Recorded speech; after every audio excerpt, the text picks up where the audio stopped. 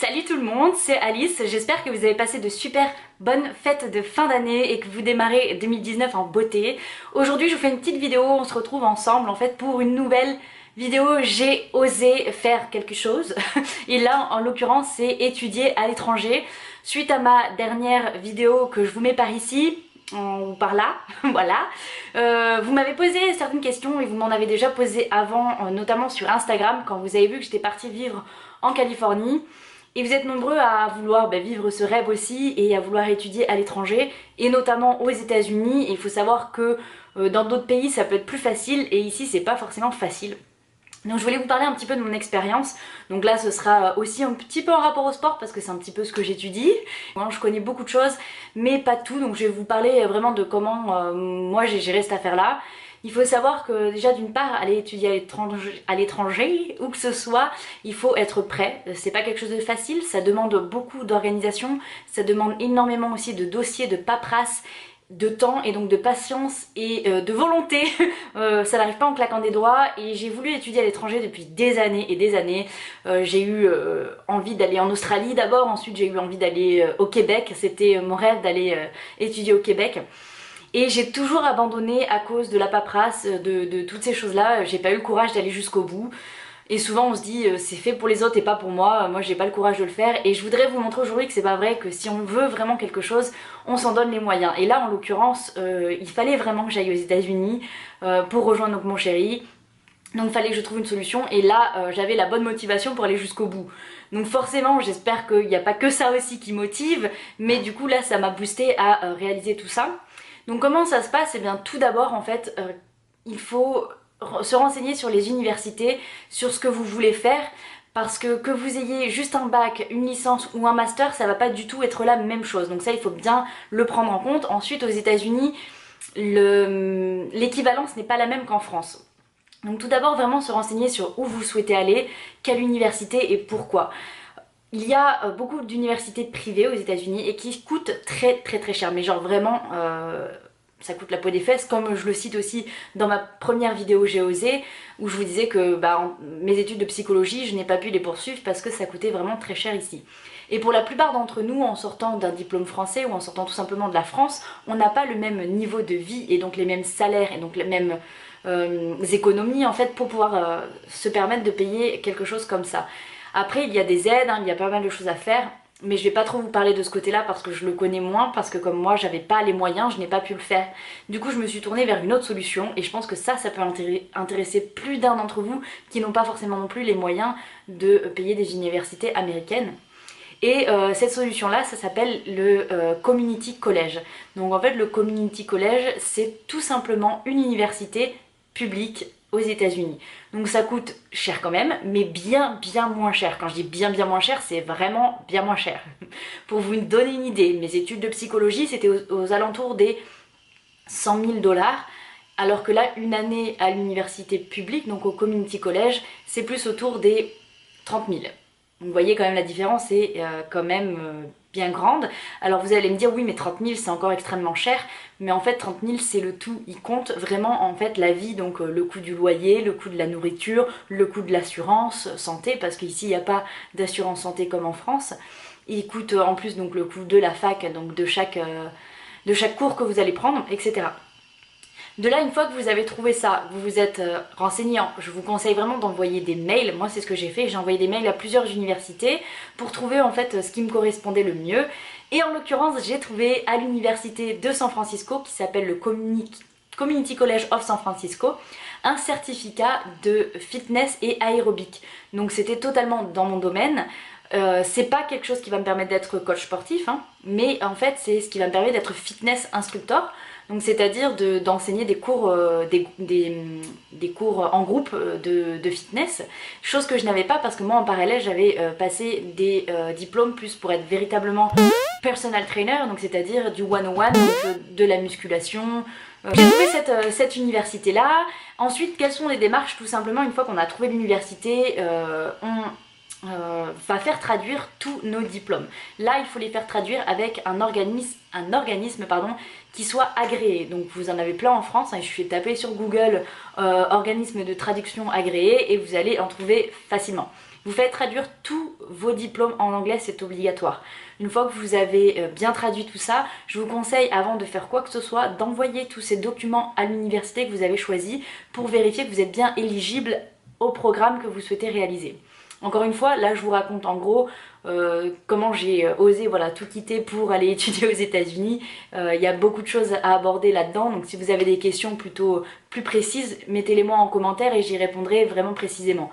Et donc une fois que vous avez ça, la fac a accepté et vous a dit que vous êtes totalement éligible, il va falloir en fait prouver que vous avez assez d'argent pour vivre 1 an aux États-Unis. Et ça, c'est la partie un peu la plus complexe. Donc autant vous dire que mon compte en banque, si je leur donnais un screenshot pour leur dire oui, j'ai 30 000 $, vous inquiétez pas, je ne les avais pas.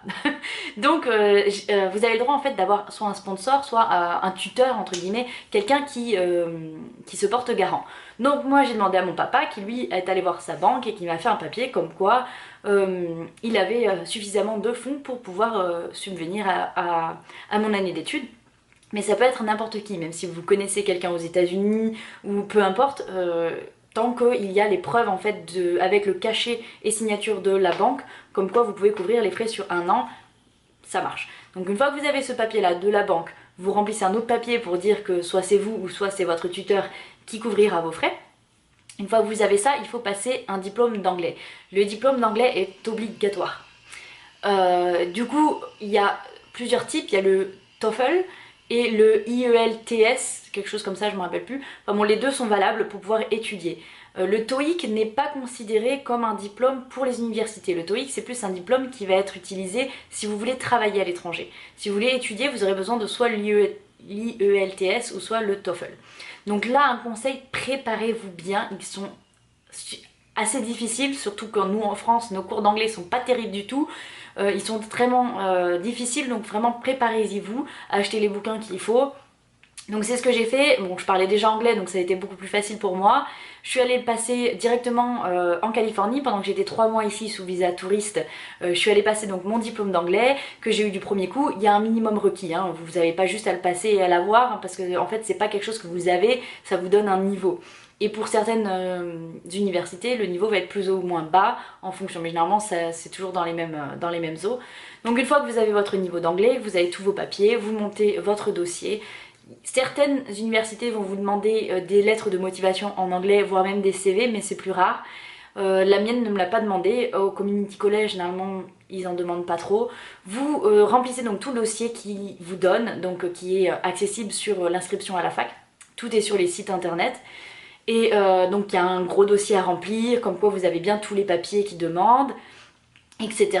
Et une fois que vous avez tout le dossier de complet, donc il y a des frais d'inscription à la fac qui sont à peu près de 70 $, donc c'est pas excessif.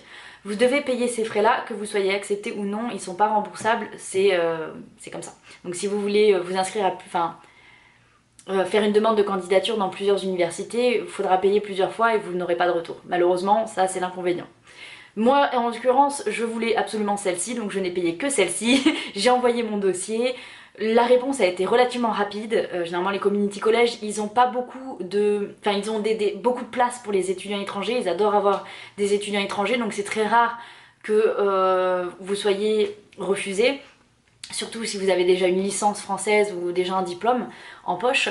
Et donc j'ai été acceptée, je crois peut-être 2 semaines après j'ai reçu la réponse, mais ça ne s'arrête pas là. Une fois que vous avez été accepté, il y a une autre étape qui est la plus difficile, ça va être obtenir le visa étudiant. Donc là, d'une part, il vous faut un passeport qui soit valide et qui restera valide en fait tout le long de votre séjour aux États-Unis. Donc là, une fois que vous avez tout ça, en fait, la fac, une fois que vous êtes accepté, vous envoie le papier dont vous avez besoin pour demander le visa. Mais ce papier-là, c'est juste le papier, c'est à vous de faire la démarche pour demander le visa. C'est-à-dire que vous allez devoir vous connecter sur le gouvernement américain, l'ambassade américaine pour demander un visa. Et de là, donc vous choisissez le visa F1 qui est le visa Student, donc International Student. Et vous avez tout un dossier à remplir. Faites bien attention, donc tout se remplit en ligne, hein, vous n'avez pas besoin de vous déplacer. Mais c'est très long et très compliqué, donc il faut vraiment bien suivre le tout. Avoir une photo aux normes, et les photos américaines elles sont carrées, c'est pas nos petites photos, donc là demandez-le à un photographe, mais tout est expliqué. Donc vous remplissez votre dossier, vous faites la demande. Ensuite, une fois que la demande a été faite et qu'elle est acceptée, vous devez prendre rendez-vous à l'ambassade américaine à Paris. Là, vous prenez votre rendez-vous directement aussi sur le lien direct. Je vous explique rapidement, hein, mais si vous, encore une fois, si vous avez des questions, mettez-moi tout en commentaire. Et là, donc vous avez votre rendez-vous. À votre rendez-vous, vous arrivez surtout bien avec tous les papiers qu'il vous faut. Donc il vous faudra le papier d'acception, d'acception, je sais pas si ça se dit, mais bon, comme quoi vous avez été accepté à la fac, le F1 document qui vous ont envoyé. Un autre document aussi qui a demandé, c'est celui de la confirmation, comme quoi vous avez bien rempli tout le dossier pour le visa.